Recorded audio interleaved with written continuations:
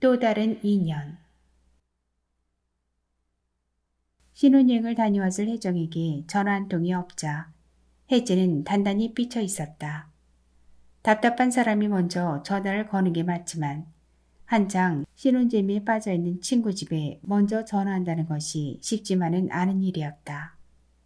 들고 있는 휴대폰을 뚫어져라 바라보며 걸까 말까를 무한 반복으로 고민하고 있는데 어떻게 알았는지 혜정에게서 기다리던 전화가 왔다. 야!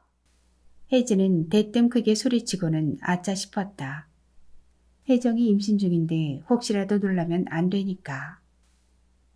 혜진은 금세 목소리의 볼륨을 줄이고 다시 말했다.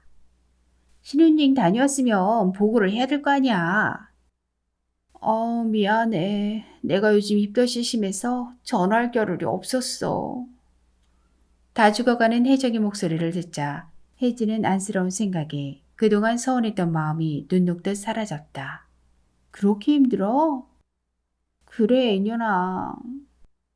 말 끝에 거침없이 욕을 갖다 붙이는 걸 보니 혜정은 아픈 데 없이 멀쩡한 것 같아 보였다. 뭐야, 말하는 걸 보니 멀쩡한 것 같구만. 아니야, 정말 힘들었단 말이야. 그동안 밥만 먹으면 개어내고 해서 응급실까지 갔다 왔다니까. 어머, 그랬어? 어떡하니? 지금은 괜찮은 거야? 뭐, 지금은 살만하니까 전화한 거지. 그래? 다행이다. 참, 그나저나 다음 주 토요일 시간 되니? 다음 주 토요일? 글쎄. 스케줄 한번 봐야 할 것 같은데? 취, 우기지도 않아? 혜정이 코웃음에 혜지가 발끈했다. 야, 요즘 내가 얼마나 바쁜 줄 알아? 주말마다 소개팅 건이 꽉 찼단 말이야. 그래? 언제는 또 소개팅 안 한다더니? 내가 남자 소개시켜준다고 해도 콧방귀만 끼워놓고선 웬일이래? 그냥 이제 주변에 같이 놀 친구들이 없잖아. 만만한 게 너였는데 너도 이제는 나랑 놀아주기 어려울 테고. 그래 잘 생각했어. 그렇잖아도 그때 결혼식에서 너 마음에 든다고 소개시켜달라는 사람 있었어. 혜정이 말에 혜지는 머릿속으로 결혼식장에서 만났던 남자들의 얼굴을 떠올렸다. 나를 소개시켜달라는 사람이 누구지? 혹시 그 우루사? 아, 우루사 싫은데. 혜진은 머릿속에서 꿈인지 사람인지 구분이 안 되는 김태용이 가장 먼저 감지되었다. 혹시 그 사람 김태용 아니야? 나 그 사람 싫어. 어?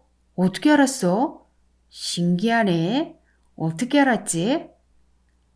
아, 맞다. 같이 공항에 왔었지. 그런데 그 사람 말고 또 하나 있었는데? 그녀의 말에 혜진은 가슴이 쿵쿵 뛰었다. 혹시 김진호? 떨리는 마음을 감추고 그녀는 혜정에게 물었다.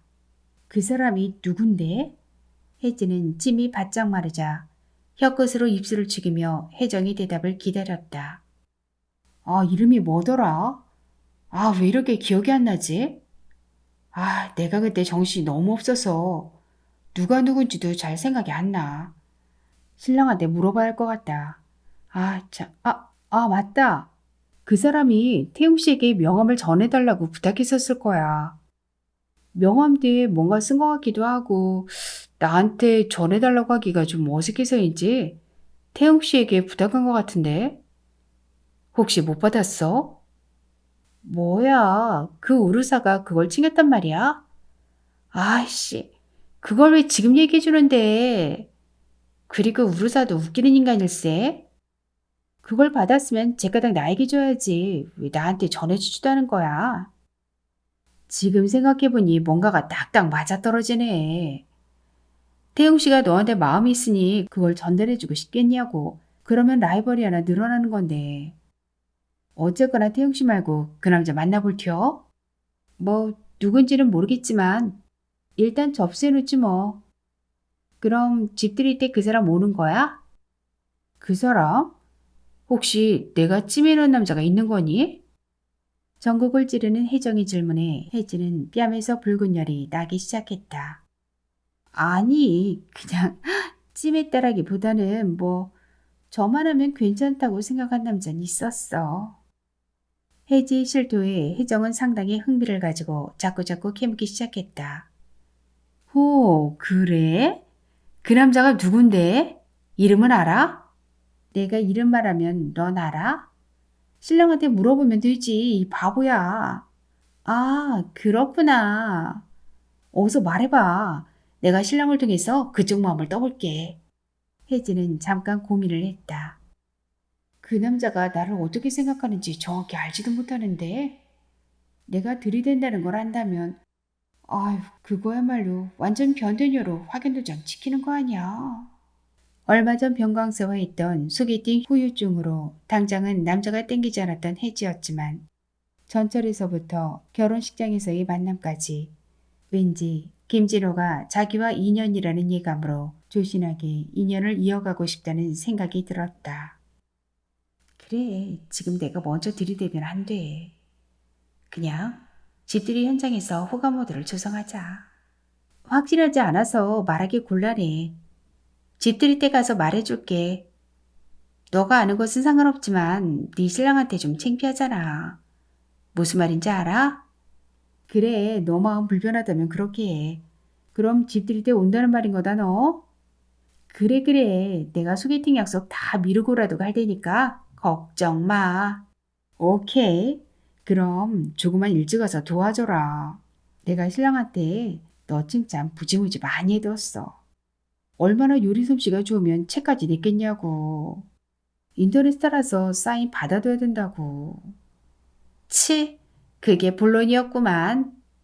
헤, 어떻게 알았죠? 알았어. 내가 어떤 일을 해야 할지 미리 어드바이스해서 메일로 리스트 보내줄게.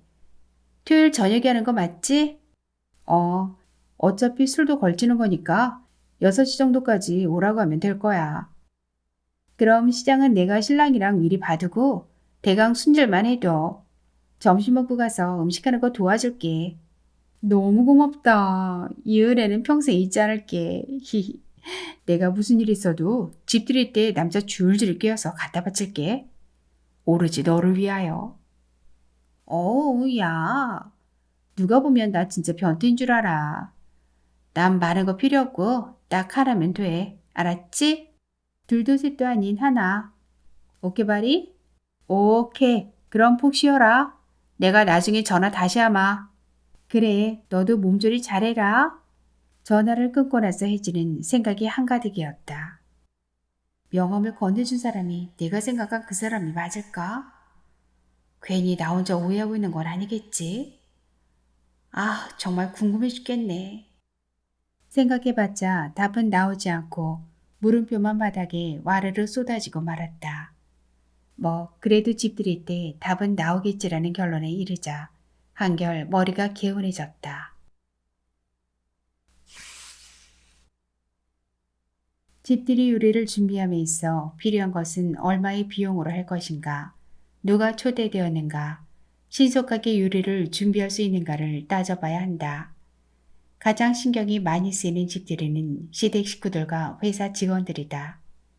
이번 혜지가 준비해야 할 집들이는 신랑 대학 동창들이라 크게 부담이 되는 자리는 아니다. 중요도로 따지면 두 번째 정도. 인원수도 10명 안팎을 예상하기에 혜정이 집에서 해보겠다고 나선 거였다. 혜지가 집들이 음식으로 준비한 것은 대부분이 술안주거리였다. 누가 보면 호프집에 온 것처럼 착각할 만큼 술안주로 익숙한 음식들이 상에 놓여졌다. 아니 그래도 그렇지. 이거 너무 술집 분위기 아니니? 이거 완전 호프집 메뉴판에서 보았던 음식들이네. 혜지의 상차림을 보더니 혜정은 조금 심란해했다.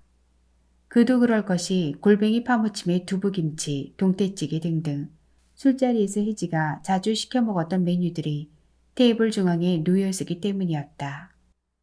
혜지, 너 혹시 내가 먹고 싶은 것으로 다 준비한 거 아니야? 아니라고는 말 못하네. 얘가?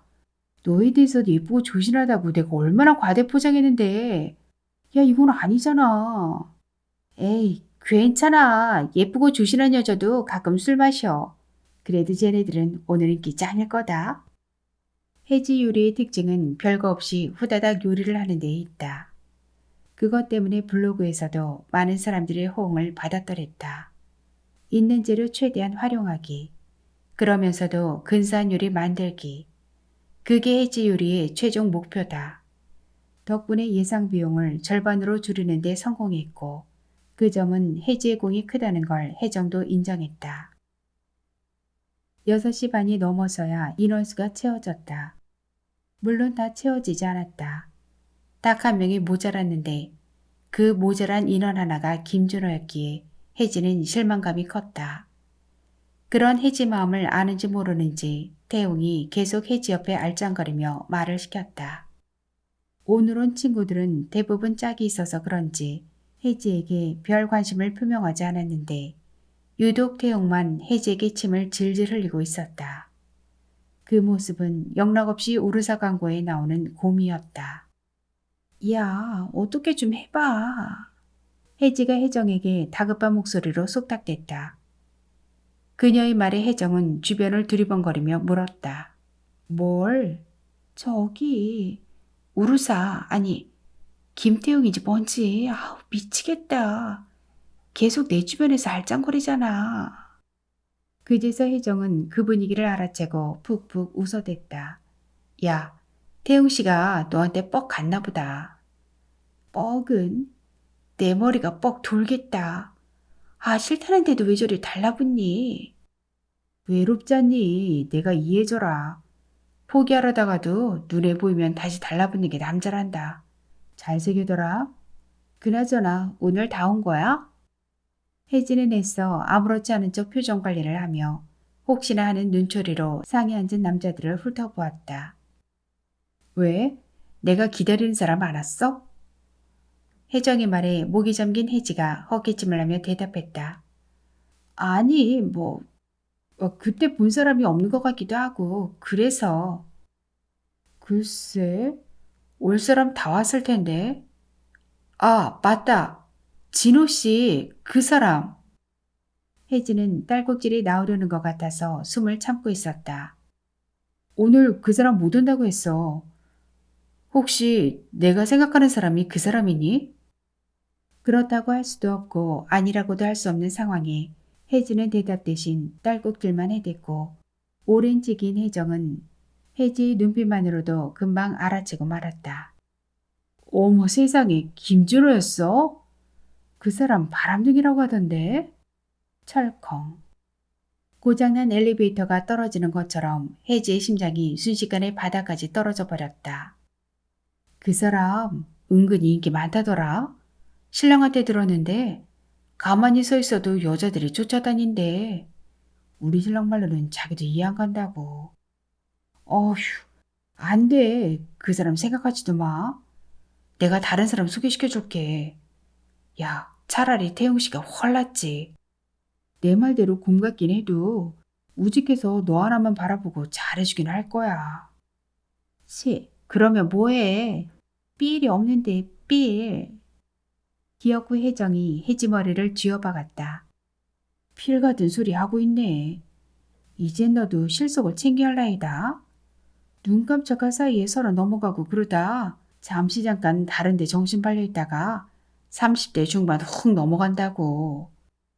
그러다 마흔 넘는 거 금방이라니까. 우리 큰언니 얘기 또 해줘.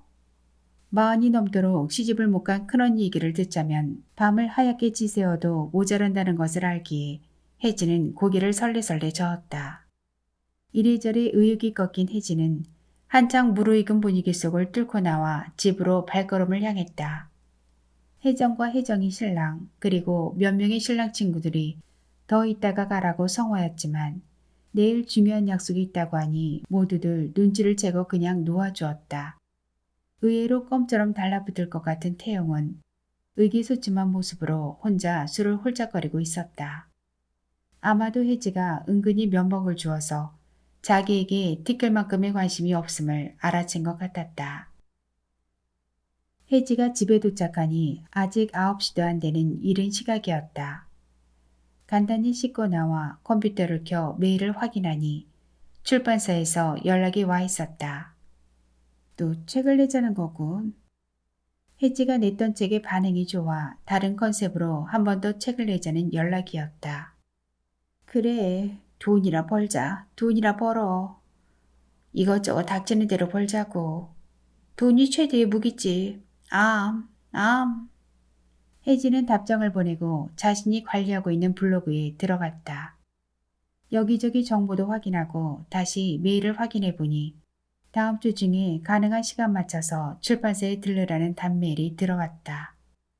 다시 단메일을 보내고 혜지는 침대에 털썩 누웠다. 나에게 마음을 두었던 남자가 김진호가 아니었나? 명함을 준 사람은 누구지? 그걸 확인 못했네. 그거라도 확인하는 건데. 아니면 우르사에게라도 물어볼걸. 혜지는 지금이라도 다시 집들이 현장으로 달려가 명함의 주인을 알아내고 싶었다.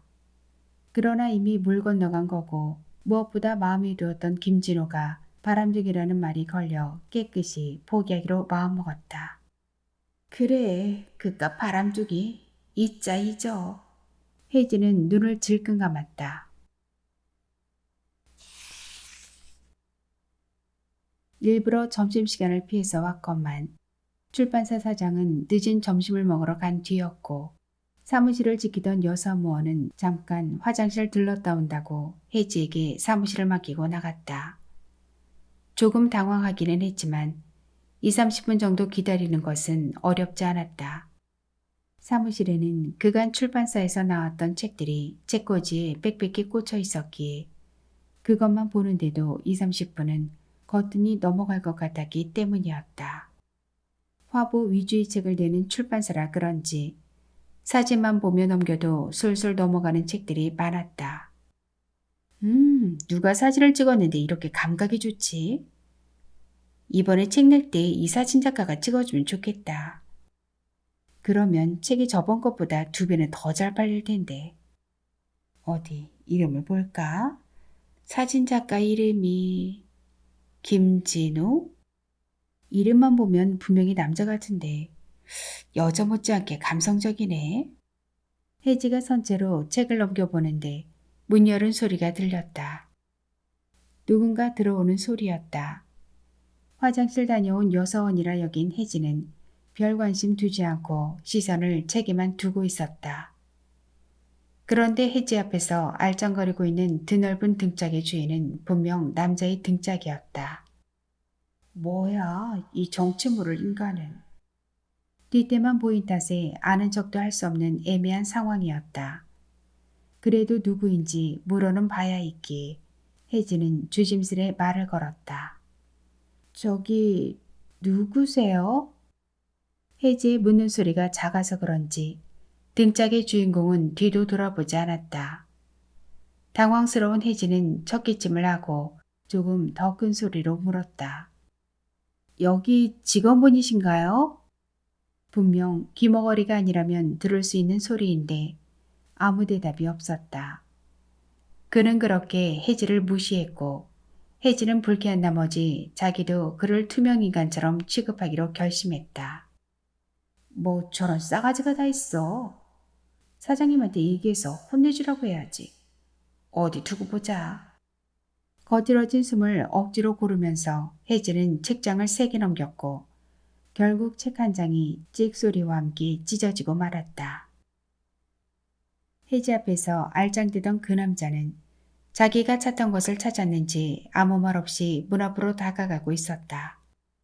혜지는 입을 있는 대로 구기며 그를 향해 매섭게 째려보고 있었다. 가자미 눈을 뜨던 혜지 눈이 개구리 왕눈이로 변한 것은 바로 그때였다. 자세히 보니 그는 결혼식장에서 봤던 김진호였다. 설마 하며 다시 쳐다보아도 분명 그 남자였다. 혜지는 다시 남자를 확인하고자 빛의 속도로 문 앞으로 달려갔다. 그러나 그 남자는 혜지를 쳐다보지도 않고 그냥 나의 길을 가련다 하며 저만치 걸어가고 있었다. 저기요, 이보세요, 김진호 씨! 우렁차게 부르는 혜지의 목소리를 모르는 척하고 남자는 복도 끝으로 사라지고 말았다. 뭐야 저 인간. 저 정도로 싸가지 없는 놈이었어? 아니야. 지금 내가 꿈꾸고 있는 건지도 몰라. 아닌데. 이 환한 대낮에 눈 뜨며 꿈을 꾸고 있을 리는 없고. 아 미치겠네. 사람이 부르는데 쳐다보지도 않고. 허참. 기분 나빠 죽겠네. 혜지는 마음 같아서는 끝까지 달려가 확인해보고 싶었지만 사무실도 비어있고 그 사람 붙잡는다 해도 딱히 뭐라고 할 말이 없었기에 그냥 가만히 있기로 했다. 마침 그때 양치질을 하고 온 여사무원이 사무실로 들어왔다. 저기요, 여기 남자 직원도 있나요? 혜지의 질문에 여사무원은 칫솔에 묻은 물기를 탁탁 털며 고개를 갸웃거렸다. 남자 직원이요? 모두 여자분인데? 사장님도 여자, 편집장님도 여자. 남자? 남자는 없는데? 뭐야? 내가 헛것을 본 게 맞는 거야? 내가 아무리 김준호에게 마음이 있다고 해도 헛것이 보일 정도는 아닌데? 혜지는 살살 두려워졌다. 아, 맞다. 갑자기 여사무원 목소리가 커졌다. 여기 정식 직원은 아니지만 프리랜서 작가님 한 분이 계세요. 사진 작가님. 아, 그렇구나. 혹시 그분 성함이... 혜지가 한 발 다가가 물어보는데 하필 전화벨 소리가 요란하게 울어댔다. 여사무원이 전화를 받느라 잠시 대화가 끊겼다. 사장님 지금 올라오시는 중이래요. 잠깐 앉아 계세요. 아, 네. 다시금 질문을 하려던 혜지는 잠깐 머뭇거렸다. 여사무원에게 김준호에 대해 계속 물어본다면 자신을 이상하게 생각할 것 같아서였다. 차라리 사장에게 물어보는 것이 더 나을 듯 싶었다. 사실 혜지와 나이가 크게 차이 나지 않는 젊은 사장이기에 그녀는 사장 쪽이 더 편했다. 자신보다 한참 어린 이제 갓 고등학교를 졸업한 어린 여사무원에게 남자 직원에 대해 꼬치꼬치 묻는 것은 쪽팔리는 일이라 생각되었다. 아이고 죄송합니다. 얼른 일어서려고 했는데 이야기가 길어져서. 많이 기다리셨죠? 숨찬 목소리로 문을 열고 들어온 사장이 혜지에게 악수를 청하며 말했다. 아니에요. 식사는 맛있게 하셨어요? 사장이 얼굴을 찡그리며 손사래를 쳤다. 아마도 상당히 불편한 자리였던 것 같다. 테이블 위에 차를 놓고 이야기를 시작했다. 이번 주 컨셉은 싱글들을 위한 스피디 쿠킹이에요. 물론 다른 출판사에서도 그런 주제를 가지고 나온 책이 여러 권 있는 걸로 알지만 우리가 그 책들과 다르게 방향을 잡은 것은 그보다 고급 분위기가 나는 요리라고나 할까요? 요즘 젊은 사람들 취향에 맞게. 그렇다면 시간이나 재료비 면에서 부담이 될 수도 있을 텐데요. 그러니까 혜지 씨와 상의하려는 거죠. 가격도 부담 없으면서 시간도 빠르게. 그러면서도 패밀리 레스토랑 분위기가 나는 그런 요리를 한다는 거죠. 너무 어렵나요? 네. 예상하는 답은 아니오였는데 혜지가 너무 간단하게 대답하자 사장은 조금 당황한 눈빛이었다. 어휴, 우리 작가님 장난꾸러기. 능력 있으시면서 왜 그래요? 아니, 그래도 저에게 매우 많은 것을 기대하시는 것 같아서요. 아이, 분명히 잘하시리라 믿는다니까요. 제가 특별히 이번 책을 내려고 뛰어난 솜씨를 가진 사진작가까지 벌써 섭외했어요. 혹시 그 사진작가 아까 보았던 남자분인가요? 혜지의 말에 사장은 놀라는 눈으로 반색을 했다. 봤구나 그 사람. 이 계통에서는 꽤나 일 잘한다고 소문난 사람이에요. 그 사람과 같이 작업하면 무조건 안심해도 돼요.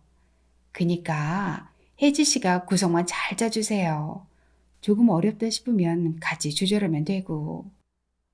그럼 이번 작업부터 그 사진 작가님과 같이 하게 된다는 건가요? 그렇죠. 너무 당연한 말이라는 듯 사장은 연신 고개를 크게 끄덕였다. 혜지는 잠시 갈등했다. 사장 말대로라면 실력이 출중할지 모르지만 아까 보여준 그 남자의 행태는 이루 말할 수 없이 괘씸했다. 아니다. 그 사람이 정확히 맞는지 아닌지도 모르는데. 일단 한번 사장에게 물어보자 생각한 혜지였다. 저기 그 사진작가 이름이 어떻게 되죠? 아, 내가 이름을 얘기 안 했구나. 김진우예요. 네? 혹시 김진호가 아니고요? 사장은 고개를 세차게 저으며 다시 한번 확인해 주었다. 김진우, 저기 꽂혀있는 책들 사진 담당이 김진우 작가예요. 모두 그 작가가 찍은 것들이에요. 한번 보여줄까요? 얼마나 멋진 작가인지. 혜지는 고개를 가로젓고 대답했다.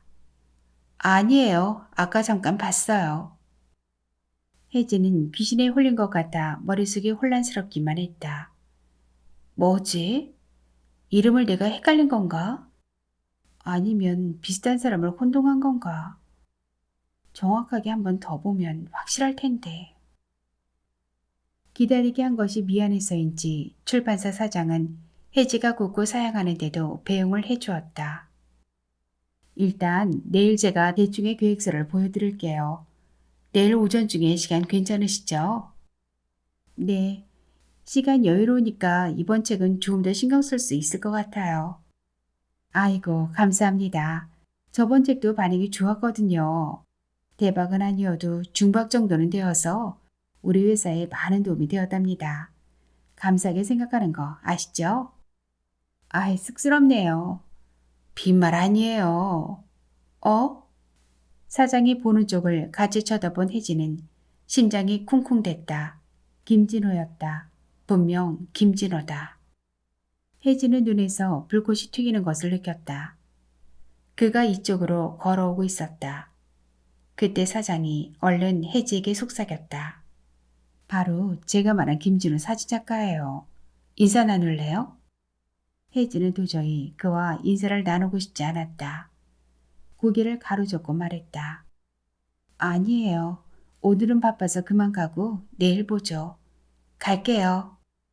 혜지는 쿵쿵 소리를 내며 버스 정류장으로 걸어갔다. 걷는데 발걸음이 계속 떨어지지 않았다. 결국 그녀는 다시 되돌아가 김진우를 향해 돌진했다. 그리고 그에게 큰 소리로 쏘아붙였다. 이보세요. 다음부터는 사람을 보면 아는 척 좀 하세요. 알았어요? 부들부들 떨면서 외치는 혜지를 남자는 그저 멍한 눈초리로 바라만 보고 있었다.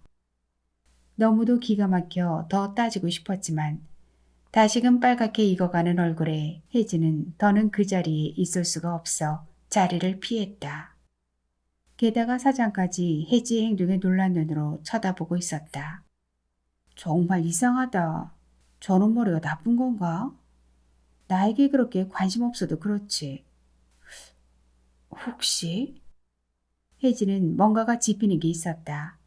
휴대폰을 꺼내 당장 혜정에게 전화를 걸었다. 혜정아, 난데 바빠? 아니, 안 바빠. 왜 그러는데?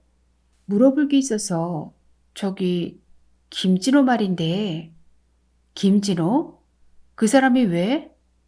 야, 그 사람 바람둥이라고 가까이 하지 말라고 한 것 같은데. 가까이 하라고 해도 안 해. 내가 오늘 얼마나 열받았는데. 근데 조금 이상한 게 있어서 그거 물어보려고 전화한 거야.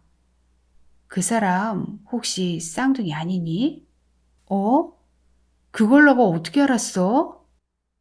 아닌 게 아니라 우리 신랑이 한번 나한테 얘기한 적이 있어. 진호가 쌍둥이 동생이 있는데 자기 동생에 대해서는 별 얘기가 없어서 자기도 몰랐다가 오해한 일도 있었대.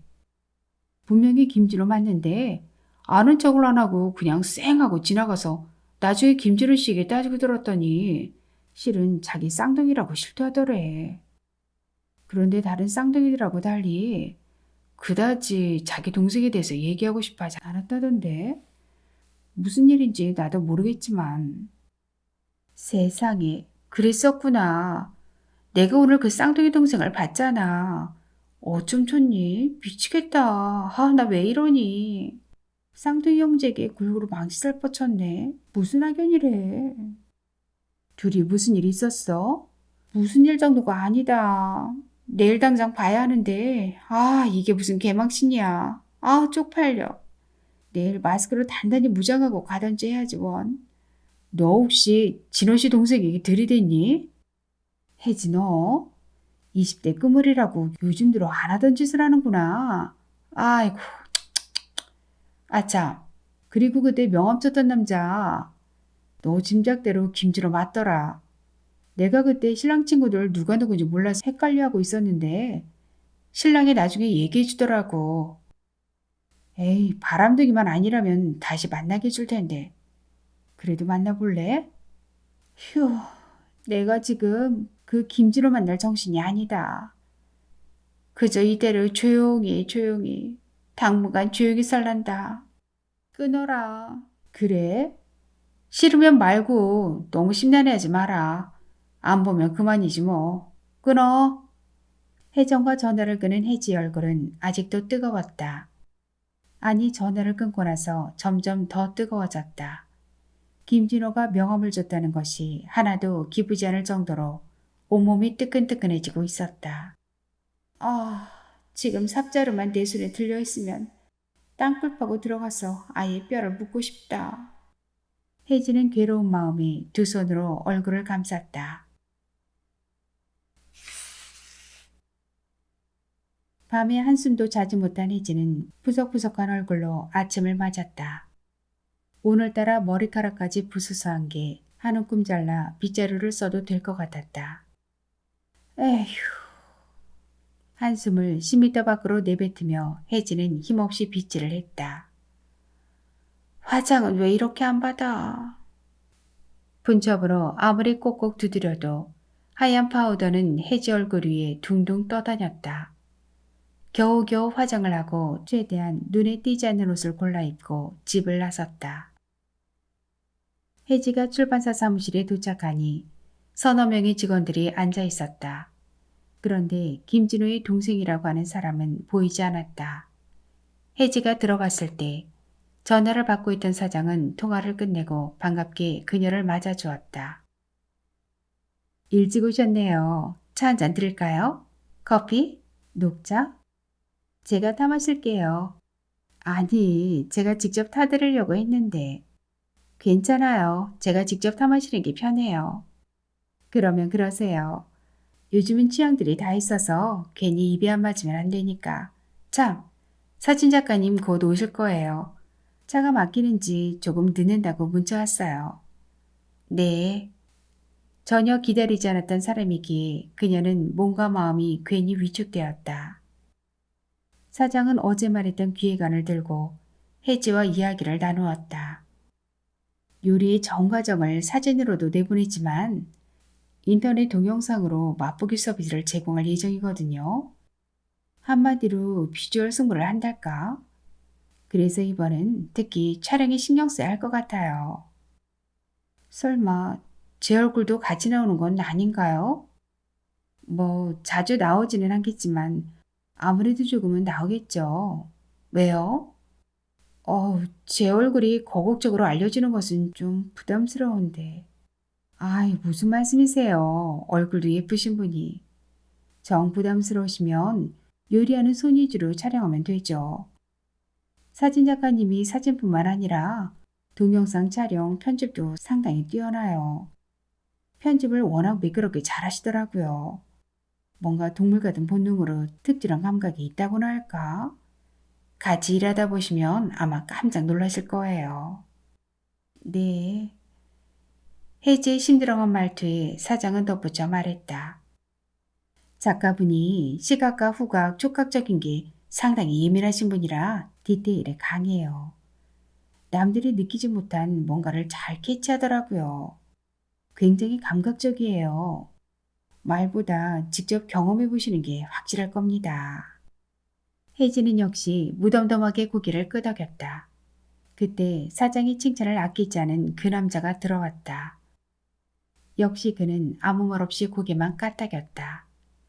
오해는 풀었지만 혜지는 그 남자 태도가 몹시 못마땅했다. 정중한 인사말도 없이 고개만 까딱이는 남자의 태도가 성의 없어 보였기 때문이었다. 뭐야? 어떻게 저러냐? 형은 바람둥이인 해도 깍듯하게 인사하던데.